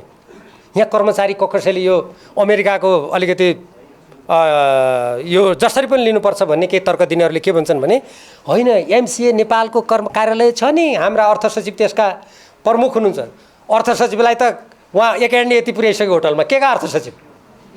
त्यो बोर्ड नेपाल सरकारबाट स्वतन्त्र हुने, त्यसको निर्णय न्यायालय बाहेक कुनै सरकारी निकायले पुनरावलोकन गर्न नसक्ने, बोर्डले नियम तथा निर्देशिका दस्तावेजहरू एमसीसीको स्वीकृति लिएर संशोधन गर्न सक्ने, नेपाल सरकारको यसमा भूमिका नरहने। अनि त्यो बोर्ड नेपाल सरकारको अन्तर्गत भयो त? यदि नेपाल सरकारका कुनै मुख्य सचिव मन्त्रीलाई अलमल छ भने म कानुनको विद्यार्थी हुँ, मेरो कानुनी सल्लाह लिए हुन्छ नि, म दिन्छु नि के हुन्छ भन्ने कुरा। अर्को, आयोजनाको लागि आवश्यक सामग्रीको प्राप्ति अमेरिकी सङ्घीय कानुन बमोजिम एमसीसीले गर्ने होइन। अमेरिका हो कि नेपाल हो यो? कि नेपालका मान्छे धेरै अमेरिका जान चाहन्छन् भने नेपाललाई नै अमेरिका बनाइदिउँ भने ठाने हो कि? अनुदानको व्यवस्थापन, नियन्त्रण तथा निकास सम्बन्धी सम्पूर्ण अधिकार समेत एमसीसीमा निहित हुने। कार्यान्वयन सम्झौताको बुँदा दफा यति। एमसीसीका बहालवाला र भूतपूर्व कर्मचारीहरू सम्झौताका गर्नुपर्ने तर नगरिएका कार्यबाट सिर्जना हुने क्षतिबाट पूर्ण रूपमा उन्मुक्त रहने। कूटनीतिमा के हुन्छ भने कूटनीतिक उन्मुक्ति भनेको त्यो जो कूटनीतिक प्रावधान बमोजिम नेपाल आएका कर्मचारी हुन् उनीहरूलाई त्यो कूटनीतिक उन्मुक्ति मात्रै हुन्छ। उनीहरूले अपराध गरेमा वा उनीहरूले गर्नुपर्ने कर्तव्य नगरेमा उनीहरू त्यो कानुन आकर्षित हुन्छ त्यहाँ। तर एमसीसीका कर्मचारीहरूलाई कूटनीतिक उन्मुक्ति मात्रै होइन, नेपालमा कुनै आपराधिक घटना घटायो भने पनि उनीहरूलाई उन्मुक्ति छ र त्यसमा उनीहरूलाई कसैले छुन सक्दैन। र उनीहरूले कूटनीतिक मान्यता अनुरूप उन्मुक्ति हुन सक्ने भए पनि सम्झौता अनुरूप गर्नुपर्ने काम नगरी नेपाललाई क्षति पुग्ने कार्य गर्दा समेत नेपालको कानुनले नछुने। यहाँ आएर नेपाललाई क्षति हुने उनीहरूले काम गर्यो भने पनि तपाईँ हामीले एमसीसी जिन्दाबाद, एमसीसीका कर्मचारी महान हुन् भन्नुपर्ने। एमसीसीसँग सम्झौता गर्ने पहिलो देश माडागास्कर तथा दक्षिण एसियाका श्रीलङ्का र मलेसियाको अनुभव नकारात्मक रहेको, श्रीलङ्काले सम्झौतालाई रद्द गरिसकेको। नेक्स्ट, सम्झौता र कार्ययोजनाका कतिपय प्रावधानहरू संयुक्त राष्ट्रसङ्घको बडापत्र, पञ्चशील र असंलग्नताका सिद्धान्तमा आधारित नेपालको स्वतन्त्र परराष्ट्र नीति, नेपालको संविधानमा उल्लेखित समाजवाद उन्मुख शासन व्यवस्था तथा राष्ट्रिय हित, स्वाधीनता र स्वाभिमानको प्रतिकूल रहेका, आयोजनाको छनौटमा एमसीसीलाई चित्त बुझ्ने गरी तथा भारतको सहमति लिएको हुनुपर्ने प्रावधानले नेपालको स्वर निर्णयको अधिकार र स्वाधीनतामा असर पर्ने, यस्तो प्रावधानले भविष्यमा अन्य देशसँग विकास सहायता लिने कार्यमा समेत नराम्रो नजिर स्थापित हुने। तपाईँलाई एउटा कुराको म तपाईँलाई जानकारी त होला तर उभिराखेपछि भनिहालौँ यो कुरा पनि। भारतले 1950 को सन्धिलाई संयुक्त राष्ट्रमा लगेर उसले दर्ता गरिसकेको छ। तपाईँहरूलाई कतिलाई थाहा छ यो कुरा? अब भारत के कुरा हेरिरहेछ भने यो एमसीसी सम्झौता प्रतिनिधि सभामा पारित हुने बित्तिकै 1950 सन्धिका सम्पूर्ण प्रावधानहरूलाई सक्रिय पार्नको लागि भारत अगाडि बढ्छ। त्यसको एउटा खतरनाक प्रावधान के छ भन्दाखेरि नेपालमा भारतीयहरूले निर्वाध रूपमा जग्गा जमिन किन्न पाउने, जो पछि पञ्चायती व्यवस्था लागू भइसकेपछि जसलाई कानुन कार्यान्वयनबाट त्यसलाई व्यवहारमा त्यसलाई निष्क्रिय पारिने। पछि भारतीयहरूले यहाँ उद्योग खोल्नु पर्दा कुनै न कुनै नेपाललाई खडा गरेर उसको नाममा खोल्नुपर्ने बाध्यता त्यसरी सिर्जना भएको। अब यदि यो सम्झौता प्रतिनिधि सभाबाट पारित भयो भने 1950 को सन्धि लगायत नेपालमा जति पनि विकास आयोजना आउँछन् र ती ठुला देशको प्रतिस्पर्धाको चङ्गुलमा परेर तिनीहरूको भुमरीमा नेपाल परेर प्रत्येकले अब के गर्नेछ भने यसै गरी कानुन पारित गराउने र आफ्नो रणनीतिक उद्देश्य नेपालबाट प्राप्त गर्ने। 1950 को सन्धि त्यसमा अग्रपङ्क्तिमा आउनेछ। त्यसपछि नेपालको दशा के हुन्छ? नेपाल जस्तो चीन र भारतको बीचमा अत्यन्त संवेदनशील भू राजनीतिमा रहेको देशमा यस्तो स्थिति आयो भने हामी नेपालीहरूको हालत के होला हामी सबैले सोचौँ। प्रतिवेदनको प्रकरण 4.4, 5.6, 8.9, 10.6, 11.6 र 12 मा उल्लेखित विषयमा त्यसैले माथिका जुन विषयहरू हुन् यसमा अत्यन्तै गम्भीर हामी भएनौँ भने नेपालीहरूले आफ्नै देशमा पराधीन हुनुपर्ने खतरा हाम्रो अगाडि छ। नेक्स्ट, सम्झौतामा कतिपय प्रावधानसँग मेल नखाने वा अझ तिनलाई नेपालको अहितमा हुने गरी अर्थमन्त्री डाक्टर युवराज खतिवडाले एमसीसी कम्प्याक्ट अपरेसनका उपाध्यक्ष एन्थोनी टेलरसँग पदीय मर्यादा समेतको हेक्का नराखी सेप्टेम्बर 2019 मा कार्यान्वयन सम्झौता गर्नुभयो। जति बेला केपी ओली प्रधानमन्त्री हुनुहुन्थ्यो त्यो बेलामा युवराज खतिवडाले संसदबाट अनुमोदन नभएको सम्झौतालाई कार्यान्वयन गर्नुको लागि सम्झौता गर्नुभयो। त्यसकारण मैले के भनेको छु भने यसबारेमा संसदीय अनुगमन समिति गठन हुनुपर्छ, संसदले छानबिन गर्नुपर्छ र यो सम्झौता अनुमोदन नगर्दै कार्यान्वयन सम्झौता गर्ने, नुवाकोटमा जग्गा अधिग्रहण गर्ने, नेपालको अर्बौं राजस्व 5 तारे होटलमा कार्यालय खोलेर खर्च गर्नेहरूलाई नेपालको कानुनअनुसार कारबाही गर्नुपर्छ, जसमा युवराज खतिवडा पनि पर्नुपर्छ भने सुने। यसमा अब युवराज कतिवटा पर्दा उहाँलाई संरक्षण गर्ने जो हुन् ती पनि तानिएला कानुन निष्पक्ष छ भने, होइन? संसदमा मूल सम्झौता अनुमोदनका लागि पेश भइरहेको समयमा यसरी कार्यान्वयन सम्झौता गर्नु स्वयं गैर जिम्मेवार काम त हुँदै हो। अझ मूल सम्झौताको अनुसूची 1 को BH संशोधन गर्ने पत्राचार गरी संसदको विशेषाधिकारको हनन समेत गरिएको छ। अब संसदको विशेषाधिकार हनन गरिएकोमा अग्नि सापकोटाजीको पनि ध्यान आकर्षित गरौँ कि? हेर्नुहोस् भनेर गरौँ, होइन त? ल गरौँ। 33 खर्च कटौतीको कुरा गर्ने सरकारले एमसिसीको कार्यालय मैले भनिसकेँ, 5 तारिक राखेर नदोहोर्याउँ। एमसिसीको सम्झौता अनुरूप विद्युत नियमन आयोग नियमावलीको नियम 39 मा हेर्नुहोस् कसरी मसिनो ढङ्गले अघि हाम्रो डाक्टर परसाईले त्यहाँ अलिकति पुँजीवादको व्याख्या गर्नुभएको थियो, त्योसँग यो सम्बन्धित छ। हेर्नुहोस् के लेखेको छ त्यहाँ, के भन्छ? एमसिसीको सम्झौता अनुरूप विद्युत नियम आयोग नियमावलीको नियम 39 मा त्यो नियम विद्युत नियम आयोग नेपाल सरकारले बनाउँछ। त्यो आयोगको सदस्यले खुला समाज, खुला राजनीति, उदार अर्थनीति बमोजिमको सोच र व्यवहार आत्मसात गरेको हुनुपर्ने उसको योग्यता कस्तो लाग्यो तपाईँहरूलाई? नेपालको संविधानमा लेखेको छ समाजवाद उन्मुख व्यवस्थामा जाने, अनि यो सम्झौतामा लेखेर कानुन बनाउँछ यो सरकारले उदारवादमा जाने। यही हो राष्ट्रपतिको गद्दारी भनेको, यही हो। यसको कुनै यस्तो गद्दारीको आँखा, सिङ, कान, पुच्छर परबाट हुँदैन, यस्तै कुरा हुन्छ। ठ्याक्क चिन्नुपर्छ त्यसैले। अब यसमा उदारवाद र नव उदारवाद यसमा वकालत गर्नेहरूलाई मात्रै यो एमसिसीको योजना दिने भनेको छ। अब मिल्यो त नेपालको संविधानसँग? नेपालको संविधान भन्छ समाजवाद उन्मुखमा जाने, कुनै कसैको गठबन्धनमा नजाने।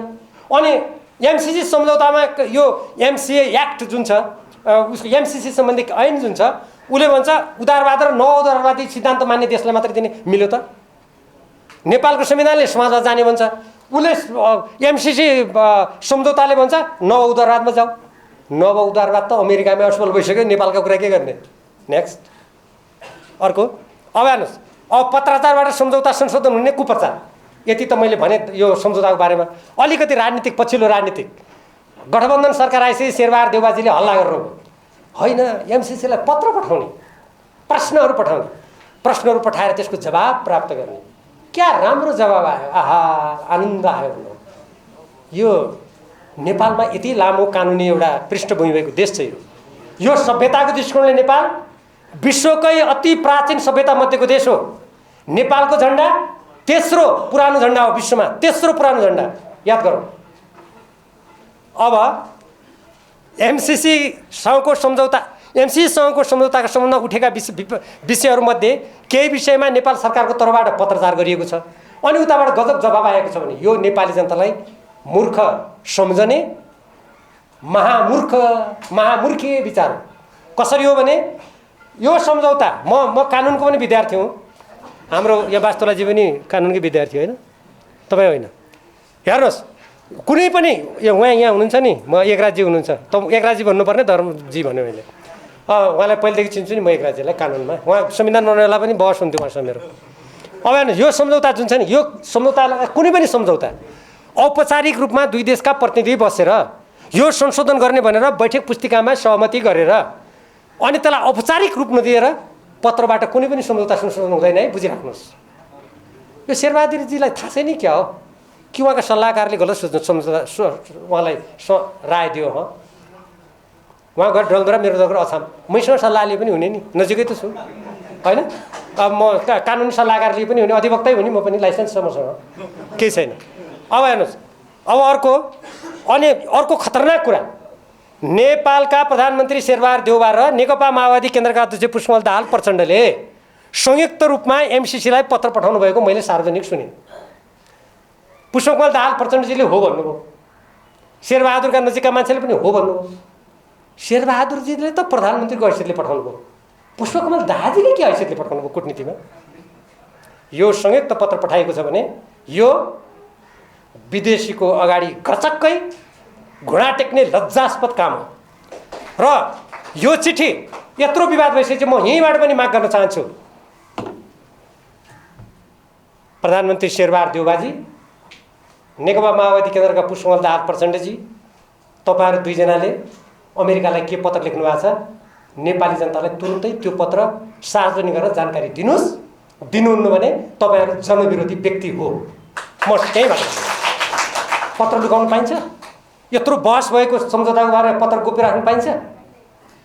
यदि उहाँले पत्र ठिकै लेख्नु भएको छ भने किन सार्वजनिक नगरे? किन नगरेको? किन नदिएको? मलाई त दिनुहोस्। म संसदको सदस्य र अन्तर्राष्ट्रिय सम्बन्ध समितिको पनि सदस्य हुँ। जनताले चुनेरै पठाएको, तपाईँ पनि चुनेर पठाएको, म पनि चुनेर पठाएको। अब अर्को, कुनै पनि सार्वभौम र स्वतन्त्र देशका प्रधानमन्त्री नेताले हेर्नुहोस् सर्वप्रथम के गर्छ भने आफ्नो देशको हितको कुरा गर्छ, आफ्नो जनताको कुरा गर्छ, उसले आफ्नो सार्वभौम सत्ताको कुरा गर्छ बापर। तर मैले नेपालमा मैले दुःखका साथ भन्नुपर्छ, हाम्रा देशका केही नेताहरू मलाई परेन छोडेन, हाम्रो देशका केही नेताहरू र कतिपय व्यक्तिहरू आफ्नो देशका जनताप्रति उत्तरदायी हुनुको सट्टा विदेशीहरूलाई कसरी खुसी पार्ने त्यतातिर लागेको देख्दा मेरो त मन रुन्छ। हेर्नुहोस् साह्रै दुःख लाग्छ। बरु देशको लागि विकास गर्न सकिएन, आफ्नो योग्यता राम्ररी प्रदर्शन गर्न सकिएन, त्यो नसकिन सक्छ। मान्छेको ज्ञानको सीमा हुन्छ कसैको पनि, कोही मान्छे असीमित रूपमा ज्ञानी हुँदैन, त्यो भयो। तर आफ्नो देशको हितको कुरा पहिले गर्नु पर्यो नि। एउटा अनुदानको बारेमा त्यो अनुदान लिने कि नलिने भने यत्रो बहस कुनै पनि देशले गर्दैन। हेर्नुहोस् म त लज्जाले मेरो त शिर निहुरिन्छ। एउटा देशको 50 करोडको कुरामा कोही कोही मान्छे भन्छन् विकास विरोधी हो भीमराव, यो कुरा गर्ने विकास विरोधी। मलाई आश्चर्य लाग्छ।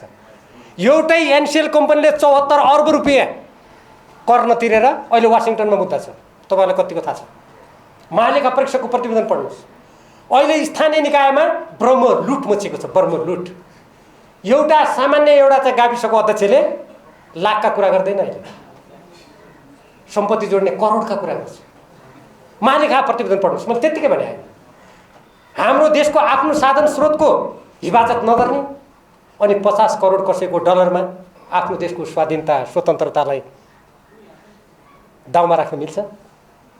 मैले साहित्यिक रूपमा भन्ने गरेको छु, कुनै आमाको सन्तानले म सुनको सिंहासनमा बस्छु, त्यो सुनको सिंहासनमा बसेर मेरी आमाको चिरहरण म हेर्छु भन्न सक्छ? 50 करोड डलरमा नेपालको स्वाधीनता खत्तम पार्ने कुरा आफ्नो आमाको चिरहरण गरे जस्तै हो। यो बुझ्नु। अर्को, अब मैले यो देशको अरबौं रकम र स्रोतको सुरक्षा तथा सदुपयोग नगर्ने तर विकासको बहानामा देशको सार्वभौमसत्ता र स्वाधीनतामा आँच पुर्याउने कुरा कदापि देशभक्त नेपालीहरूले मान्नु हुँदैन र यसमा तपाईँहरूले अवश्य पनि यो अन्तर्क्रिया कार्य त्यही उद्देश्यले गर्नुभयो होला। अर्को, अब एमसिसी मार्फत प्राप्त हुने रकम 5 वर्षमा प्रत्येक वर्ष मैले अघि भनिहालेँ त्यो जम्मा 10 अर्ब रुपियाँ हो। नेपालले अहिले मात्र हेर्नुहोस्, योभन्दा अगाडि यो वर्ष त दिएन, सांसदहरूलाई विकासको नाममा 6 अर्ब रुपियाँ दिएको थियो। मैले नेताहरूलाई भने हजुर यो 6 अर्ब रुपियाँ कटाइदिउँ न सांसदको, बनाउँ प्रसारणलाई आफै। तर त्यो कुरा उहाँहरू सुन्नुहुन्न। त्यही 50 करोड चाहियो, त्यही 50 करोड चाहियो, किनभने त्यसमा अघिका दफाहरू धाराहरू छन् हैन। अब त्यसकारण मैले अब अघि हाम्रो पूर्व मुख्य सचिव राजदूतजीले भन्नुभयो जस्तै कुनै पनि देशबाट प्राप्त हुने ऋण अनुदान नेपाल र नेपाली जनताको हित, स्वतन्त्रता, स्वाधीनता, कानुन र स्वाभिमानमा आँच नपुर्याउने गरी मात्रै लिन सकिन्छ। आजको विश्वमा लिने हुँदैन त म पनि भन्दिनँ। अमेरिकासँग नेपालले कुनै लडाइँ लड्नु पनि छैन, हामी कुनै मिसाइल लिएर कसैलाई हान्न जानेवाला पनि छैन। दोस्रो विश्वयुद्धमा स्विजरल्यान्ड स्वतन्त्र देश भएर बस्यो, कतै पनि लागेन, आज पनि विकसित नै छ। हामीले आफ्नो बारेमा आफै निर्णय गर्न दिउँ, स्वतन्त्र रूपमा बाँच्न दिउँ मात्रै भनेका छौँ। अमेरिकाको विरुद्धमा यहाँ कुनै अभियान चलाउन खोजेका हामीले छैनौँ। यदि अमेरिकाले निशर्त ढङ्गले सहयोग गर्छ भने आजसम्म लिएकै छौँ त, हामीले कहिले विरोध गरेनौँ। तर यसले त हाम्रो स्वाधीनतालाई सिद्ध्याएर हिन्द प्रशान्त रणनीतिको नेपाललाई अङ्ग बनाएर नेपाल भोलि रणभूमिबाट तपाईँ हाम्रो देशको स्वाधीनता नै खतरामा परेको हुनाले हामीले यो भन्नुपर्ने अवस्था आयो। त्यसकारण हेर्नुहोस्, यो राष्ट्रिय स्वाधीनता कुनै रकमसँग सट्टापट्टा गर्न सकिँदैन, गर्न मिल्दैन। अर्को, अब यो माथि उल्लेखित जति पनि कुराहरू छन्, यी कुराहरूबाट के प्रश्न हुन्छ भने यदि कोही पनि नेपाली देशभक्त छ भने एमसिसीको विरुद्धमा उभिनुपर्छ। यो सम्झौता कुनै पनि किसिमले यी दफाहरू पुरै हट्यो भने त्यति बेला सोचौँला। मैले त संशोधन गरौँ भनेर यो प्रतिवेदनमा त्यति बेला सहमति जनाएको हो। म तपाईँहरूको अगाडि साँचो कुरा गर्छु, यी सबै संशोधन गरौँ, त्यसपछि पैसा लिउँ भने हो। म अहिले पनि त्यो भन्छु। तर अमेरिकी अधिकारीहरूले त भने नेपालका हाम्रै देशका हौँ भन्नेहरूले भन्छन् यसमा संशोधन हुनै सक्दैन, यसलाई अनुमोदन गर्नुपर्छ। उहाँहरू त्यसो भन्नुहुन्छ। त्यसकारण नेपालमा विदेशी कम्पनीको इसारामा समानान्तर सरकारको स्थिति उत्पन्न हुन्छ। यसबाट हेर्नुहोस्, समानान्तर सरकार अहिलेका दफाहरूबाट भयो होला नि। समानान्तर सरकारको स्थिति उत्पन्न हुनुका साथै नेपाल क्रमशः पराधीनतातर्फ धकेलिनेछ। नेपाल शक्ति राष्ट्रहरूको द्वन्द्व र सङ्घर्षको थलोमा परिणत हुनेछ। त्यो हामी प्रत्येक नेपालीको हित विरुद्धमा हुनेछ। त्यसैले हामीले यो एमसिसी सम्झौता यही रूपमा हुनु हुँदैन भन्ने कुरा हामीले उठाउनै पर्छ। सशक्त रूपमा हामीले बोल्नुपर्छ। अब 2020मा विश्वव्यापी एमसिसी सम्झौताको स्थिति के छ त भन्ने सोच्दा मैले सरसर्ती हेरेका थिएँ। एमसिसीसँग सम्झौता कार्यक्रम बन्द भएका देश 49 छन्। अहिले सम्झौता कार्यान्वयन बन्द हुने प्रक्रियामा रहेका देश 4 छन्। सम्झौताको प्रगति नै नभएका देश 13 छन्। प्रगति भएका अलिकति त्यो प्रक्रियामा गएका देश, सम्झौतामा हस्ताक्षर भएका देश 2 छन्। अनि सम्झौता त्यो निरन्तर नभएका देश 2 छन्। सम्झौता रद्द भएको देश 1 हाम्रो श्रीलङ्का पनि छ। र सम्झौता भएका यो देश सेनेगल र मङ्गोलिया जो सुरुमा त्यहाँ त्यो उनीहरूको त्यो योजना यस्तै विरोध भएर परिवर्तन भएर त्यहाँ गरिएको ठाउँ पनि छ। त्यसैले सहभागी मित्रहरू, यहाँहरूले अब पक्कै पनि मिलेनियम च्यालेन्ज कर्पोरेसनका केही यसका अन्तर्वस्तुहरूको बारेमा अलि केही कुराहरू बुझ्ने अवसर प्राप्त गर्नुभयो होला। थप बुझ्नु त भएकै छ, थप बुझ्ने अवसर प्राप्त गर्नु होला भन्ने मैले आशा र विश्वास गरेको छु। आजको यस कार्यक्रममा मलाई यहाँ आमन्त्रण गरेर हाम्रो देशको स्वाधीनता, स्वतन्त्रता, नेपाली जनताको स्वाभिमानको रक्षाको खातिर हामीले यो एमसिसी सम्झौतालाई अनुमोदन गरिन हुन्न भन्ने जुन देशव्यापी आवाज छ, यो आवाजको सम्बन्धमा केही कुराहरू राख्ने अवसर दिनुभएकोमा म हार्दिक धन्यवाद दिन चाहन्छु। र तपाईँहरू सबैले मेरा कुराहरू ध्यानपूर्वक सुनिदिनु भएकोमा तपाईँहरू सबैलाई पनि म हार्दिक धन्यवाद दिन चाहन्छु। हामी नेपालीहरू कसैसँग झगडा गर्ने, कोही कसैसँग लडाइँ गर्ने हामीले कुरा गरेका होइनौँ। हामी हाम्रो देशको कुरा गरिरहेका छौँ। चीनको राष्ट्रपतिलाई चीन महान हो, चीनको स्वतन्त्रता प्यारो छ भन्ने अधिकार छ। भारतका प्रधानमन्त्रीले भारत महान भन्नुहुन्छ, अमेरिकाका राष्ट्रपतिले अमेरिका फर्स्ट, अमेरिका महान भन्नुहुन्छ, मेरो देशको स्वाधीनता भन्नुहुन्छ। अनि नेपालीले आफ्नो देशको स्वाधीनता भन्न नपाउने, अनि आफ्नो देशको स्वाधीनताको कुरा गरे अमेरिकाको विरोध गर्यो, कसको विरोध गर्यो, चिनियाहरूको पक्ष लियो भन्ने जसले कुरा गर्छ त्यो हाम्रो देशभक्ति आवाजलाई दबाउने षड्यन्त्र हो। देशभक्ति आवाजलाई दबाउन नदेऊ, सशक्त गरौँ, नेपाल मातृभूमिको रक्षा गरौँ। धन्यवाद।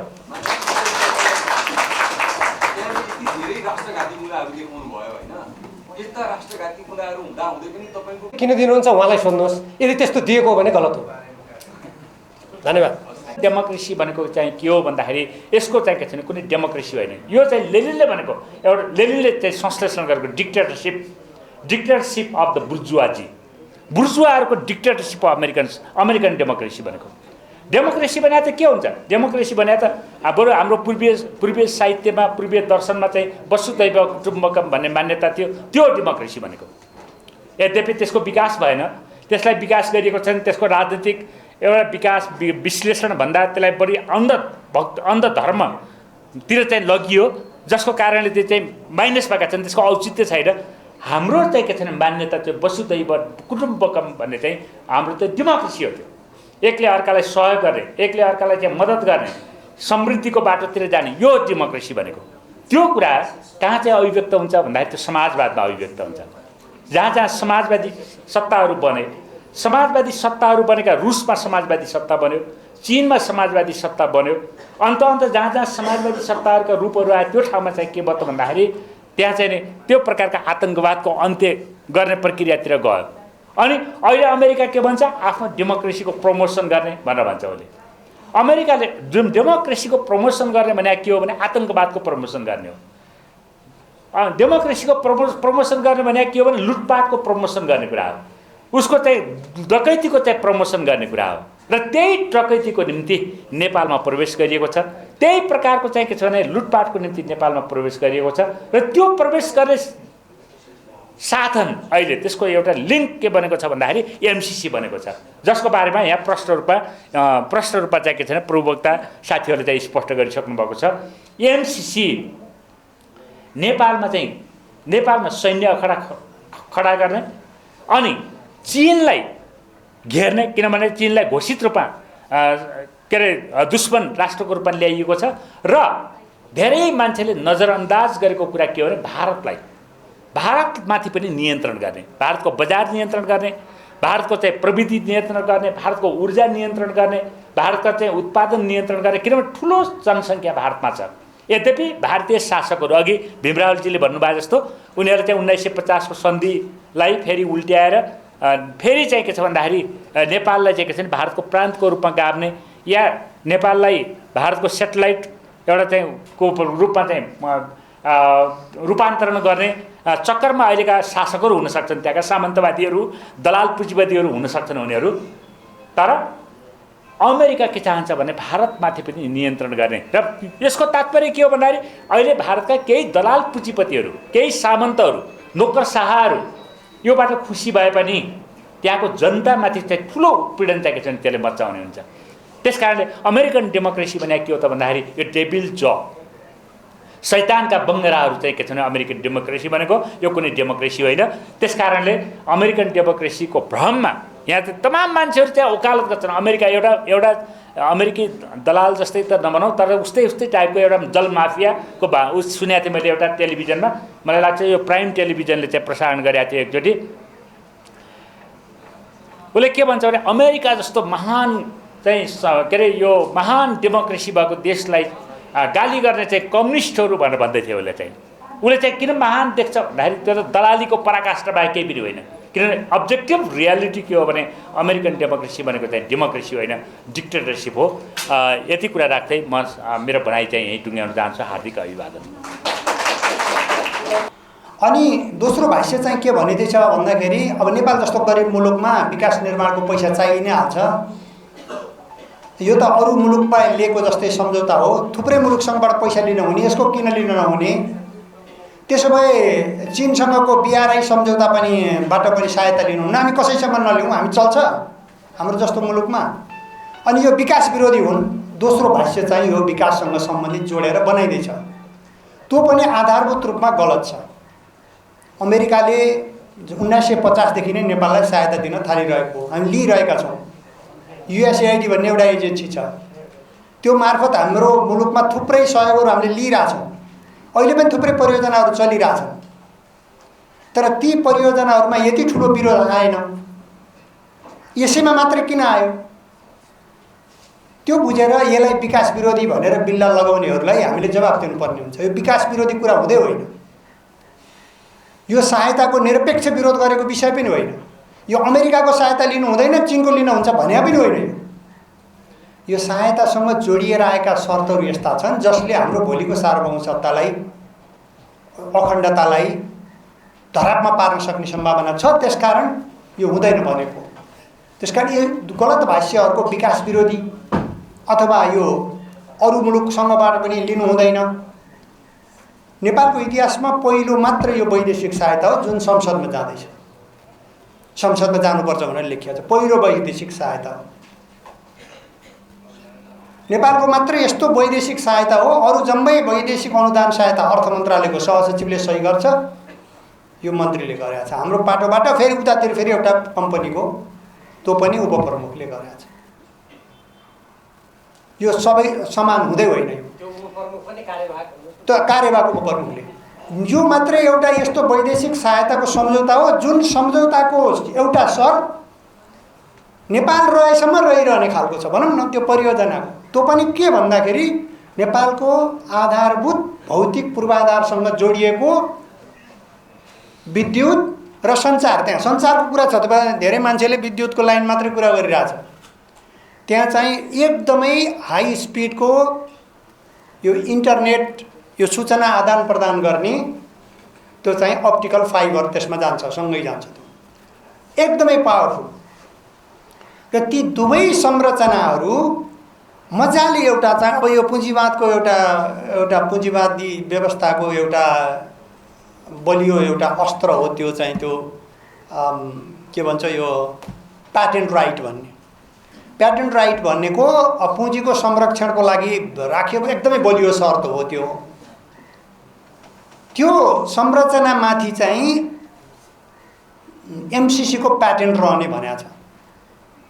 त्यो प्याटेन्ट उसको स्वामित्व त्यसमा रहने भनेको छ। त्यो भनेको मतलब त्यसको सम्पत्तिमाथि उसको अधिकार हो। त्यो अविच्छिन्न अधिकार हो, त्यो रहिरहँदासम्म। यो मात्र एउटा यस्तो सम्झौता हो जुन चाहिँ सदाबहार रहिरहन्छ। यो काम गरेर सकेर गएपछि टुङ्गिने होइन, यो निरन्तर रहिरहन्छ। यस्ता शर्त भएको कारणले यो एमसिसी चाहिँ नेपालको हितमा छैन। मैले चाहिँ अब खगेन्द्र सरले भने जस्तो त भन्दिनँ मैले त्यो भाषा। अब तपाईहरु कसैको सहमत हुनसक्छ, कोही हुन सक्दैन हैन। त्यो संशोधन गर्नु हुँदैन। अब यी यस्ता कुराहरू संशोधन भएर आउँछ भने चाहिँ वैदेशिक सहायता लिनै हुँदैन, अमेरिकासँग लिनु हुँदैन भन्ने पक्षमा म वकालत गर्दिनँ मैले। तर जुन शर्तहरू, जुन सम्झौताका शर्तहरू हामीलाई आजीवन त्यसको चाहिँ एउटालाई मालिक बनाएर हामी दास बन्ने कुराहरू छ, स्वामित्व आजीवन दिनुपर्ने कुरा छ, त्यहाँ काम गर्ने मान्छेहरूलाई नेपालको कानुनले नछुने भन्ने कुराहरू छ। र केही साथीहरू चाहिँ वैदेशिक सहायतामा वर्षौं वर्ष बसिरहेका साथीहरूले के भन्छन् भने त्यस्ता शर्त हामीले कति मान्यो। मलाई एउटा देखाउनुस् त त्यस्तो शर्त भएको। त्यो यो अमेरिकाको कानुन लागू हुने भनेर लेखेको शर्त जस्तै अरू कुनै मुलुकको कानुन लागू हुने भनेर हो। हामीले विकास सहायता लिँदा प्रोक्योरमेन्ट एक्ट, खरिद ऐन, कैयौं सम्झौतामा यो खरिद ऐनमा त्यो हाम्रो नेपालको खरिद ऐनसँग बाजिएका बुदाहरू चाहिँ खरिद प्रक्रिया त्यसको लागू हुने भनेर हामीले सम्झौता ल्याछ, थुप्रै ल्याछ, सबै लिन्छ। हामीले वर्ल्ड बैंक लिन्छौँ, एडीबीसँग लिन्छौँ। त्यो खरिदसँग मात्रै सीमित हुन्छ, माल वस्तु खरिद गर्ने। जस्तो हामी कहाँ चाहिँ अहिले 5 लाख रुपियाँ जस्तो लाग्छ मलाई, 5 लाख रुपियाँसम्म सोझै नेगोसिएट गरेर निर्माण गर्न दिन पाइन्छ। तर वर्ल्ड बैंकको सम्भवतः त्यो चाहिँ 1-2 करोड छ। त्यो वर्ल्ड बैंकसँग हामीले सहायता लियो भने चाहिँ 5 लाख होइन 1 करोड लागू हुन्छ। त्यो वर्ल्ड बैंकको प्रोक्योरमेन्ट एक्ट लागू हुन्छ भनेर लेखा हुन्छ। त्यो भन्यो भन्दैमा त्योसँग अहिले एमसिसीको कानुन लागू हुन्छ भन्ने कुरालाई समान तहमा राखेर अनि यस्तो त हामीले कति ल्याछ भनेर त्यो त सरासर बेइमानी हो कि नबुझेको मान्छेहरूलाई गुमराहमा गर्ने कुराहरू हो। त्यो चाहिँ होइन है, त्यो चाहिँ हामी त्यसमा भ्रममा पर्नु हुँदैन। त्यसकारण त्यो चाहिँ अन्य मुलुकको एउटा सार्वभौम मुलुकभित्र अन्य मुलुकको कानुन लागू हुने गरी राखेका शर्तहरू, अविच्छिन्न त्यसमाथिको स्वामित्व रहने शर्तहरू, सुरक्षा स्वार्थमा आँच पुर्याउने काम गर्न पाइने छैन, त्यसको प्रयोग गर्न पाइने छैन भन्या जस्ता शर्तहरू जुन अमूर्त छन् र धेरै खतरनाक छन्, त्यस्ता शर्तहरू, हाम्रो सार्वभौम सत्तामाथि सम्झौता गर्नुपर्ने शर्तहरू राखिएर त्यो पनि संसदले पास गरेर त्यो शर्तहरू चाहिँ भोलि फेरि हाम्रो संविधानसँग बाजिएको कारणबाट भोलि चाहिँ यो अमान्य खारेज नहुन् भन्नका लागि संसदमा लान खोज्या होला भन्ने ठान्छु मैले। किनभने त्यो सम्झौतै गरे पनि संविधानसँग बाजियो भने त भोलि एउटा मुद्दा हालिदिन्छ अनि यो सम्झौता कार्यान्वयन नगर्नु भनिदिइहाल्छ अदालतले। तर संसदले लगेर पास गर्यो भने त भन्नु पाउँदैन। त्यसकारण त्यस्ता शर्तहरू छन् जुन शर्तहरू चाहिँ भोलि अकाट्य हुन्। कुनै सरकार आएर पनि त्यसलाई अब हामीले द्विपक्षीय गरेको सम्झौता उल्लङ्घन गर्यौँ भने त्यो मुलुकसँग शत्रुता घोषणा गरे जस्तो हुन्छ, युद्ध गर्न खोज्या जस्तो हुन्छ, भोलि लड्नुपर्ने हुन्छ। हामी सक्छौँ सक्दैनौँ नि हामी जस्तो सानो मुलुकहरू कुनै पनि मुलुकसँग गर्ने सम्झौतामा यस्ता कुराहरूमा चुक्नु हुँदैन जुन कुराले गर्दा हामीलाई आजीवन हाम्रो पुस्तौँ पुस्ता हामी त्यसको बन्दी बनौँ। हामीले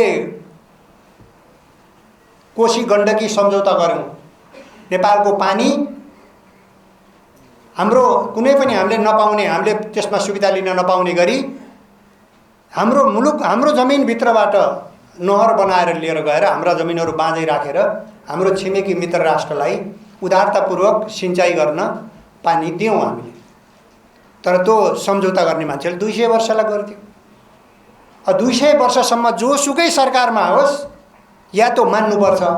त्यो उल्लङ्घन गर्ने हो भने त्यो मुलुकसँग हामीले शत्रुता काम गर्नु पर्यो, लड्न सक्दैनौँ हामी। द्विपक्षीय सम्झौता गरेको एउटा राज्यले गरेको सम्झौता निरन्तर आउने शासन सत्ताले त्यसको पालना गर्नुपर्छ, नभए त्यो मुलुकसँग युद्ध गरेर लडेर जितेर ल्याउनुपर्छ। यस्तो यस किसिमको सम्झौता नगरौँ जुन सम्झौता हाम्रो पुस्तौँ पुस्तासम्म हामी चाहिँ त्यसको बन्दी बन्न परोस्। त्यसकारण चाहिँ एमसिसीका निश्चित शर्तहरू, ती शर्तहरूले हामीलाई सधैँ बाँच्छ, हाम्रो सार्वभौमसत्तालाई खुम्च्याउँछ, हाम्रो मुलुकलाई भोलि हाम्रो मित्र राष्ट्रहरूका विरुद्ध प्रयोग गर्नका लागि बाध्य बनाउँछ। त्यस्ता शर्तहरू भएको वैदेशिक सहायता चाहिँ लिन सकिँदैन, लिनु हुँदैन, त्यो राष्ट्रको हितमा छैन। यति कुरा राखेर म तपाईँहरूसँग बिदा हुन चाहन्छु। धन्यवाद, नमस्कार।